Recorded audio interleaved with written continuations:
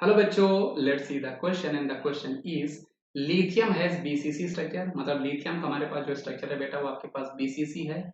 It's density is 530 kg per meter cube and is atomic mass is 6.94 kilogram per mole. So calculate the edge length of unit cell of lithium metal.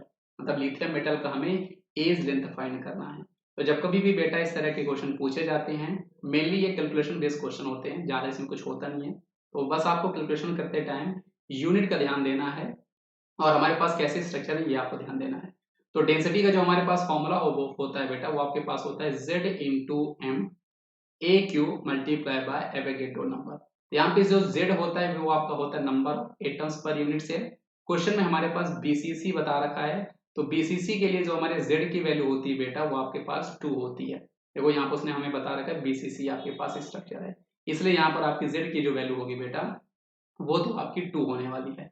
अब अगला जो यहाँ पे सबसे important चीज है बेटा डेंसिटी, क्योंकि आप जब यहाँ पर मोलर मास देखोगे जो हमें क्वेश्चन में गिवन है 6.94 ग्राम पर मोल, तो मोलर मास आपको बेटा किसमें गिवन है? ग्राम में। किसमें गिवन है? ग्राम में। और जो आपकी डेंसिटी है वो केजी पर मीटर क्यूब में है।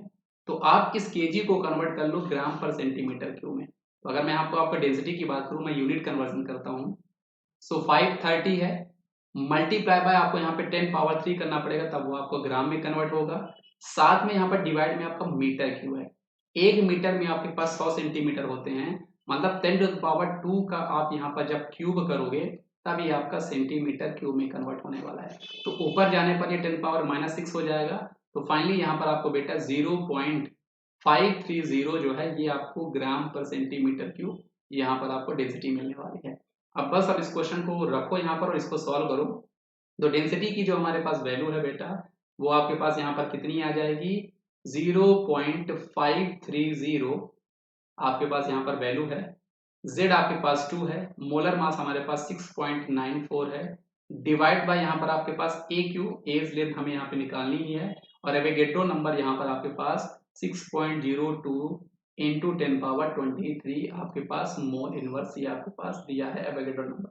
अब जब आप इस पूरी कहानी को सॉल्व करोगे बेटा क्रॉस मल्टीप्लाई करके और क्यूबिक रूट लेके, तो यहाँ पर आपके पास ए की जो वैल्यू आने वाली है बेटा वो आपके पास आने वाली है 43.5, सॉरी 43.5 नहीं आएगी, ये आपकी वैल्यू आने वाली है 35.2, 35 2 into 10 to the power -10 centimetre आपकी ये वैल्यू आने वाली है ए की। वैसे इस तरह के जो क्वेश्चन होते हैं ना, अगर इनको सॉल्व करना है ना तो आप इनको 10 टू द पावर के बेसिस में भी सॉल्व कर सकते हो, है ना। लेकिन इस क्वेश्चन में सभी यूनिट यहाँ पे पिकोमीटर दी है, इसलिए आपको ध्यान देके यहाँ पे इसको एक्यूरेट सॉल्व करना पड़ेगा। जब आप इसको सॉल्व करोगे तो ए की वैल्यू यहाँ पर आपके पास ये आने वाली है। लेकिन बच्चों यहाँ पर होता क्या है, देखो जो आपके पास 1 पिकोमीटर होता है उसमें होते हैं 10 टू द पावर -12 आपके पास होते हैं बेटा मीटर। और अगर इसको मैं सेंटीमीटर में कन्वर्ट करता हूँ तो 10 पावर -10 आपके आएंगे सेंटीमीटर। तो यहाँ पे जो आपका 10 पावर -10 सेंटीमीटर आया है ये एक्चुअल में आपके इक्वल टू होता है 1 पिकोमीटर।